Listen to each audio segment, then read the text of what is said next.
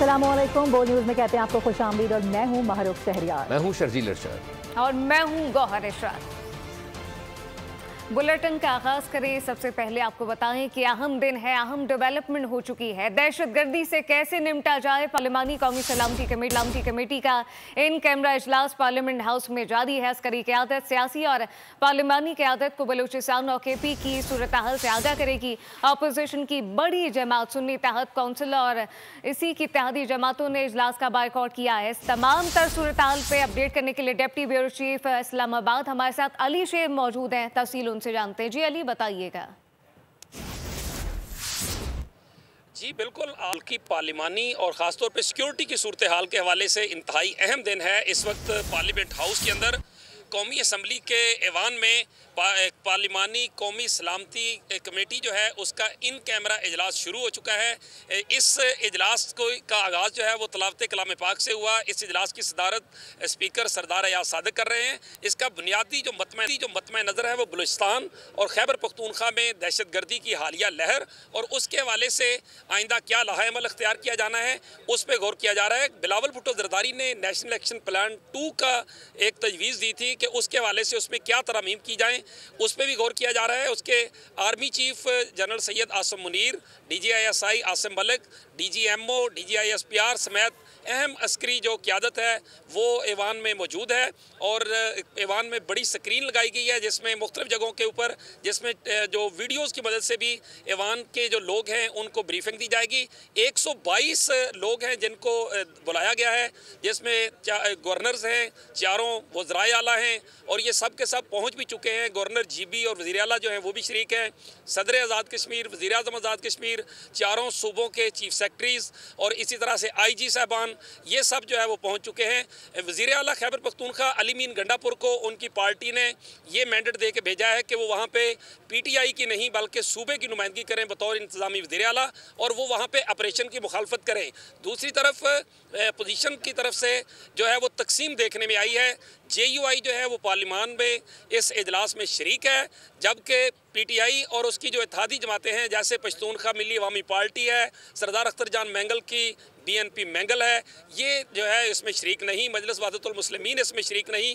इस तरह से अपोजिशन का एक बड़ा ग्रुप जो है वो शरीक नहीं, जबकि जो दूसरी बड़ी जमात है JUI, उसके मौलाना फजलुर रहमान, कामरान मुर्तज़ा, मौलाना अब्दुल गफूर हैदरी, मौलाना अताउर रहमान, ये पार्लियामेंट के इन कैमरा इजलास में शरीक हैं। जबकि दूसरी तरफ हुकूमत की तरफ से 38 अरकान जो है वो मुस्लिम लीग नून के इस इजलास में शरीक हैं।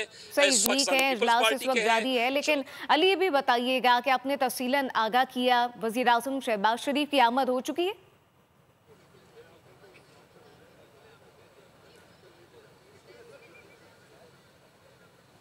जी अली।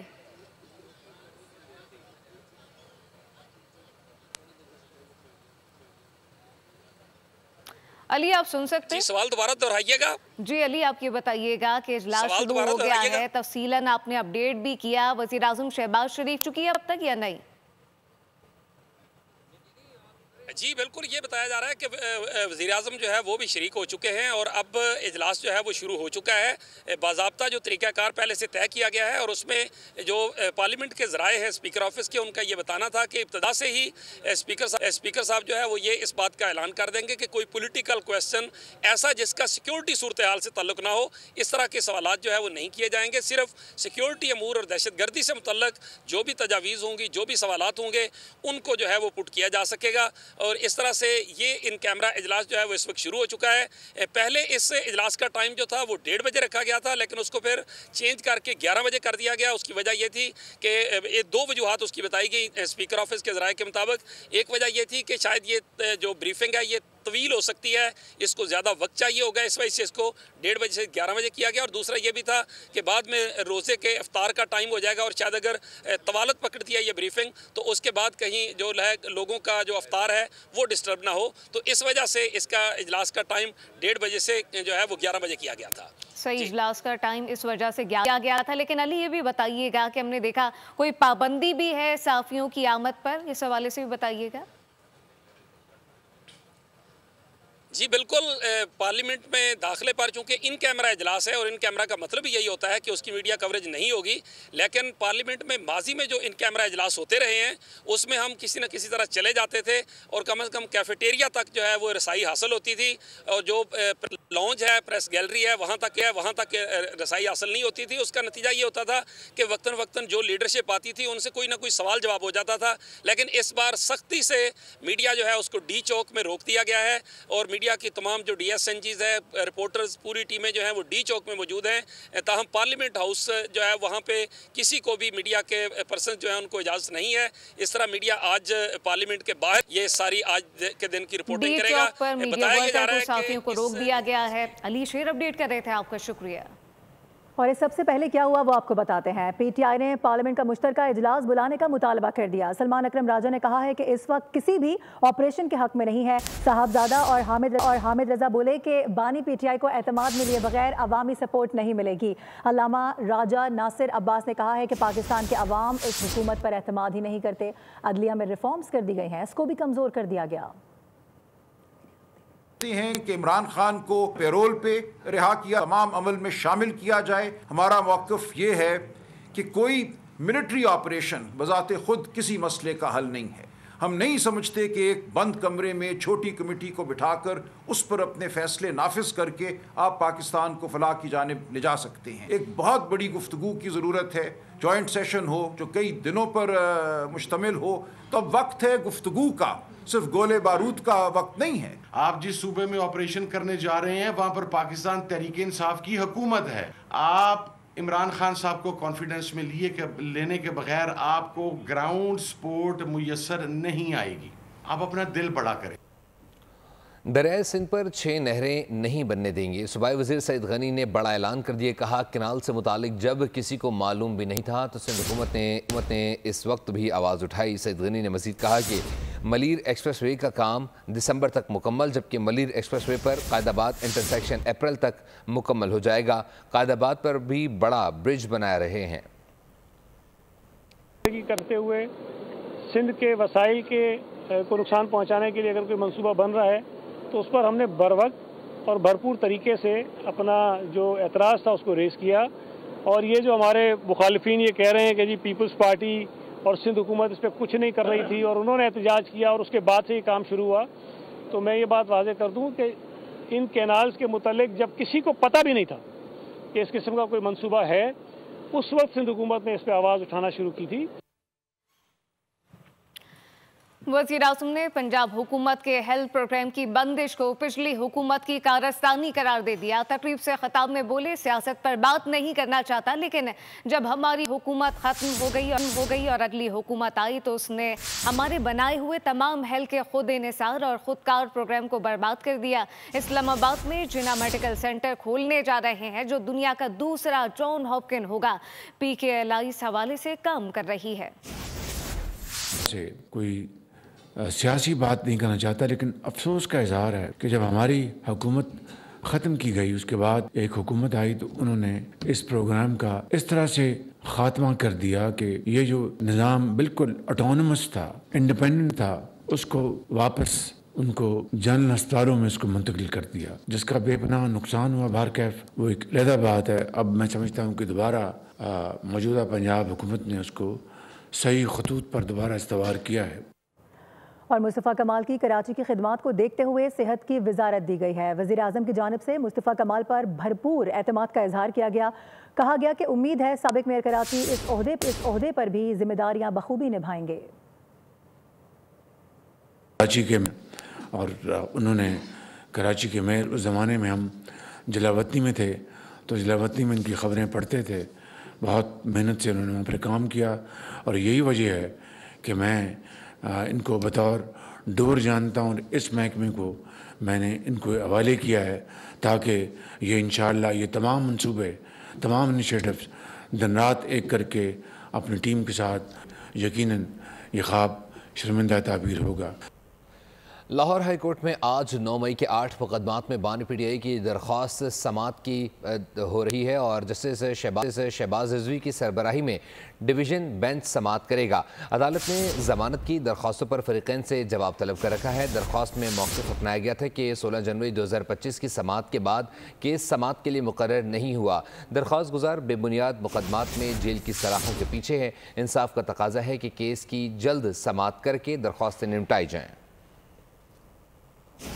और अभी जानिए, इंसदादे दहशतगर्दी अदालत सेंट्रल जेल में मुस्तफ़ा उमर कत्ल केस की समाअत जारी है। मुलजिम अरमा खान अदालत में मौजूद है। आज पुलिस की जानिब से मुलजिम अरमा खान के मज़ीद रिमांड की इस्तदा की गई। ATC कॉम्प्लेक्स में साफ़ियों का दाखिला बंद है। सिक्योरिटी एहलकारों का कहना है कि हमें आला अफसरान की जानिब से साफ़ियों को अंदर जाने से रोकने की हिदायत की गई। मुलजिम अरमा खान के वालिद को भी जेल कॉम्प्लेक्स में जाने से रोक दिया गया है। मुलजिम अरमा खान के वालिद ने अदालत को दरखास्त लिख दी, मिलने की इजाज़त मांगी। दरखास्त में कहा गया कि बेटे से मुलाकात ज़रूरी है ताकि वकील की तब्दीली के हवाले से आगाह कर सकूं। ये बुनियादी इंसानी हुकूक की खिलाफ वर्जी है। अरमा खान के वालिद को भी जेल कॉम्प्लेक्स में इजाज़त हो। इंसदादी दहशतगर्दी अदालत में मुस्तफ़ा उमर कत्ल केस की समाअत और समाअत इस वक्त जारी है। मुस्तफ़ा उमर कत्ल केस और साफ़ी नदीम अहमद पर फायरिंग का केस है। मुलजिम अरमा खान के रिमांड में 7 दिन की तौसीह कर दी गई है। मुलजिम अरमा खान को इंसदादी दहशतगर्दी अदालत में पेश कर दिया गया। दीगर खबरें शामिल करते हुए आपको बताएं कि सुप्रीम कोर्ट में मुल्क भर में बच्चों के अगवा के खिलाफ अज खुद नोटिस केस की समाअत गैर मुअय्यना मुद्दत के लिए मुलतवी कर दी गई है। अदालत ने कौमी कमीशन बराए तहफ़्फ़ुज़ अतफ़ाल के मुतालिका नुमाइंदे को आइंदा समाअत पर तलब कर लिया है। वकील दरख्वास्त गुजार ने कहा कि बच्चों के तहफ़्फ़ुज़ के लिए इदारे तो कायम हैं लेकिन काम नहीं हो रहा। जस्टिस अमीनुद्दीन खान बोले कि जिसका काम है उसे करना है, हम हर काम खुद नहीं कर सकते। बच्चों के तहफ़्फ़ुज़ के हवाले से क़वानीन तो मौजूद हैं। जस्टिस जमाल मंदुखेल ने रिमार्क्स दिए कि क़वानीन हैं लेकिन अमल दरामद नहीं होता। और आपको बताएं कि कौमी टीम से शिकस्त का आसेब चिमट गया है और फतह की देवी रूठ गई है। जी हाँ, दूसरा T20 भी न्यूजीलैंड के नाम रहा है। बारिश के बायस मैच 15 ओवर्स तक महदूद हुआ। पाकिस्तानी टीम 9 विकेटों पर 135 रन बना सके। मेज़बान टीम ने मार धाड़ करते हुए हदफ बासानी हासिल कर लिया। 5 मैचेस की सीरीज में न्यूजीलैंड ने 2-0 की बढ़तरी अपने नाम की है।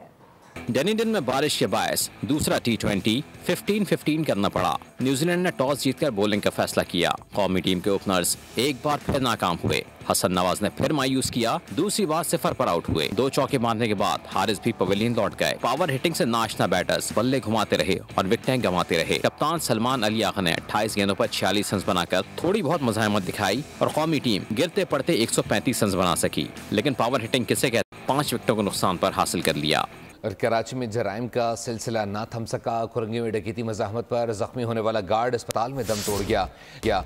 लांडी सेक्टर 4 में लुटेरों ने फायरिंग करके शहरी को जख्मी कर दिया। कुरंगी मेहरान टाउन में सफाक शौहर ने बीवी को पेट्रोल छिड़क कर आग लगा दी। पुलिस ने मुलजिम बक्कास को गिरफ्तार करके तहकीकात का आगाज कर दिया। कराची में डाकू बेलगाम, मज़ाहमत करें तो जान से जाएं, ना करें तो हलाल कमाई से जाएं। कोरंगी 4 नंबर में डकैतों से मुकाबला करने वाला गार्ड अस्पताल में जिंदगी की बाजी हार गया। गुज़िश्ता रोज मोहम्मद इमरान दौरान डकैती मज़ाहमत पर शदीद जख्मी हुआ था। मकतूल के कजन का कहना था कि ये शहर अब रहने के काबिल नहीं रहा। 5-6 बंदे इसके ऊपर स्टेट फायर हो गया।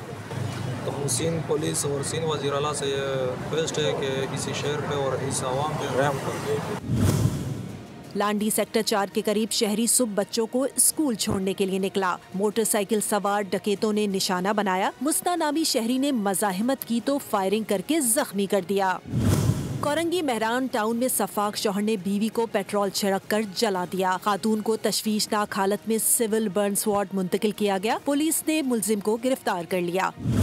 लियारी मच्छर कॉलोनी और सुखन में मुबैना पुलिस मुकाबले हुए। 2 मुलजिमान को जख्मी हालत में गिरफ्तार, असला और मोबाइल फोन्स बरामद कर लिए गए। कराची से एक और खबर है जहां पर सदर जहांगीर पार्क के अतराफ तजावुजात के खिलाफ ऑपरेशन किया गया। स्टॉल मालिकान ने KMC टीम पर धावा बोल दिया। डंडों के वार से 2 एहलकार जख्मी भी हुए। मुजाहिरीन में मौजूद नामालूम अफराद ने हवाई फायरिंग की। मज़ाहमत पर KMC एहलकार पीछे हटने पर मजबूर हो गए। KMC इंतजामिया के मुताबिक सियासी जमात के ओहदेदार ने नामालूम अफराद के हमरा हमला किया। अफसरान को ज़दुकोब किया गया। इंसदाद तजावुजात के एहलकारों के मोबाइल फोन भी छीन लिए गए।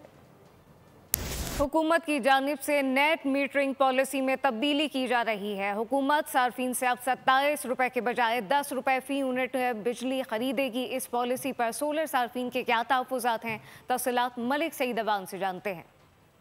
हुकूमत की जानिब से सोलर पैनल और नेट मीटरिंग के हवाले से जो पॉलिसी है उसमें तरमीम की जा रही है। जो पुराने सार्फिन हैं उनके लिए जो बिजली का रेट है वो तो 27 रुपये पर यूनिट होगा, लेकिन जो नए सार्फिन आएंगे सोलर पैनल पर और नेट मीटरिंग लगवाएंगे उनके लिए बिजली का रेट जो है वो 17 रुपये से कम करके 10 रुपये कर दिया गया। हमारे साथ इस वक्त मौजूद हैं, सोलर का बिज़नेस करते हैं, ताजिर हैं, इनसे जानते हैं। सर, अभी जो हुकूमत की जानिब से जो डिसीजन आया है, कन्फ्यूजन भी है, इस पर आप क्या कहेंगे? ये बहुत बुरा हुआ और नहीं करना चाहिए था हुकूमत को इस तरह। पहले इसी हुकूमत ने सबसे पहले आने के बाद सोलर पैनल के रेट बहुत कम किए और वो जो 70-80 हज़ार वाला पैनल था वो 18-19 हज़ार पे मिलने लगा। तो ये तो बहुत अच्छे इकदाम था और लोगों ने इसकी बड़ी तारीफ़ की शहबाज शरीफ हुकूमत की। लेकिन बाद में अभी जो ये डिसीजन कर रहे हैं कि हम इसमें चेंजेस ला रहे हैं, ये बहुत बुरी बात है। जी बिल्कुल, इनका यही कहना था कि हुकूमत अपनी पॉलिसी पे नज़रसानी करे। प्रोविंशियल हुकूमतें जो हैं वो इस टाइम सोलर लगवाने के लिए कर्जे भी दे रही हैं, मुख्तलिफ स्कीमें भी जो है वो जारी कर रही हैं। बहुत शुक्रिया। लाहौर में नेट मीटरिंग पॉलिसी में तब्दीली से मुताल्लिक लोगों का क्या कहना है, इस हवाले से तफसीलात जानने के लिए हमने रब्ता किया है जाफ़र बिन यार से। जाफ़र, बताइएगा सार्फिन इस इक़दाम पर क्या कहते हैं? जी बिल्कुल, बिजली के बिलों से बचने के लिए लोगों ने सोलर लगाया था, लेकिन हुकूमत ने सोलर लगाने वालों के लिए उनको बड़ा दचका देने की तैयारियां कर ली हैं। मालूम हुआ है कि जिन लोगों ने सोलर लगाया था, नेट मीटरिंग की थी, उनसे हुकूमत 27 रुपये का यूनिट ख़रीद ली थी, लेकिन अब मालूम हुआ है कि वो 27 रुपये की बजाय 10 रुपये का उनसे यूनिट खरीदेगी और आगे उसको महंगे दामों फरोख्त करेगी। इससे लोग परेशान हैं। लोगों का क्या रद्द अमल है, हुकूमत की इस पॉलिसी को लेके लोग कितने नाराज हैं? मेरे साथ कुछ सार मौजूद है, आप देख सकते हैं मेरे। बिल्कुल आपके पीछे नजर आ रहा है। असल में इशू इस तक ये आ रहा है कि हमने जो सोलर लगाया था अपने घर की अपनी कंजम्पशन की अकॉर्डिंगली लगाया था। अगर मैं 400 या 500 यूनिट इस्तेमाल करता उसके अकॉर्डिंगली मैंने उसको मेंटेन कर दिया जो साल की एवरेज के ऊपर था। अब सिचुएशन ये है कि इन्होंने वो रेट 27 रुपये से गिराकर 10 रुपये कर दिया, जो कि टोटली नाइंसाफ़ी है। अच्छा, सिर्फ वो नहीं किया गया, उसको पर मंथ पे कर दिया गया। इसका मतलब है कि अगर मैंने जो कमाया था या जो मैंने इन्वेस्टमेंट की थी वो 10 रुपये के हिसाब से मुझे वापस मिलेगी और वही यूनिट रात के वक्त मुझे 42 रुपये का ख़रीदना पड़ेगा, यानी कि मेरा पूरा सिस्टम करप्ट हो गया। हुकूमत से हर कोई नाराज और खास करके वो लोग जिन्होंने लाखों रुपए लगाए और अभी एक अमल नहीं हुआ, उनकी इन्वेस्टमेंट डूबती हुई नजर आ रही हो। हुकूमत को ये मशवरा दे रहे हैं कि अपने इस फैसले पर नजरसानी करे और ज्यादा से ज्यादा सार्फिन को रिलीफ फराहम करें। जाफर बिन यार, बहुत शुक्रिया। कारोबारी दुनिया से खबर शामिल करते हुए आपको बताएं कि पाकिस्तान स्टॉक मार्केट में मजबूत रुझान देखा जा रहा है। 342 पॉइंट्स का इजाफा रिकॉर्ड किया गया है। जबकि आपको बता दें कि 100 इंडेक्स की अगर बात की जाए तो यहाँ पर 1,16,542 पॉइंट्स पर ये ट्रेड कर रहा है। गुज़िश्ता रोज़ 100 इंडेक्स 1,16,199 पॉइंट्स पर बंद हुआ था। Army chief general Asim Munir से बहरीन के commander national guard general Sheikh Mohammed bin Isa bin Salman Al Khalifa ने मुलाकात की। ISPR के मुताबिक मुलाकात में बाहमी दिलचस्पी के अमूर और इलाकाई सिक्योरिटी सूरत हाल पर गुफ्तगू की गई। दो तरफा अस्करी ताउन को मजीद फ़रोग़ देने के मौक़े पर भी बातचीत हुई। Army chief general Asim Munir ने मुश्तरका सिक्योरिटी चैलेंजेस से निपटने की अहमियत को उजागर किया। खित्ते में अमन व इस्तेहकाम के फ़रोग़ के लिए ताउन में इजाफे की अहमियत पर भी रोशनी डाली। मुस्तकिल मंदूब मुनीर अकरम का सलामती कौंसिल इजलास से खिताब, कहा कि जाफर एक्सप्रेस हमले के दौरान दहशतगर्दों का हैंडलर से अफगानिस्तान में राब्ता था। दहशतगर्दों को अफगानिस्तान से हमले की मनसूबाबंदी और हिदायत दी गई। तालिबान हुकूमत ने दाइश के खात्मे के लिए मौसर किरदार अदा नहीं किया। कलदम TTP BLA मजीद ब्रिगेड सरहद पार हमलों में बराह रास्त मुलव्विस हैं। हमारे पास शवाहिद मौजूद हैं। हमला हमारे दुश्मन ने अफगान प्रॉक्सी के जरिए कराया। और अब आपको बताएं कि आज़ाद कश्मीर में पहली मरतबा Chinar tape ball floodlight cricket tournament का आगाज़ हो गया है। तकरीब में तमाम टीमों के खिलाड़ियों ने मार्च पास्ट किया है। इस मौके पर आज़ाद कश्मीर के वुज़रा ने नौजवानों को सेहतमंद सरगर्मियों की जानिब राग़िब करने का अज़म जाहिर किया है। ये टूर्नामेंट के दौरान शायकीन को कुरानदाजी के जरिए मोटरसाइकिल्स भी दी जाएंगी, जबकि ये टूर्नामेंट 21 मार्च को इख्तिताम पजीर होगा। टूर्नामेंट रियासत की तमाम इकाइयों को मिलाने की एक अच्छी काविश करार दी जा रही है। न्यूज़ बुलेटिन से फिल वक्त इतना ही। मज़ीद खबरों और अपडेट्स के लिए विजिट कीजिए हमारी वेबसाइट bolnews.com और देखते रहिए बोल।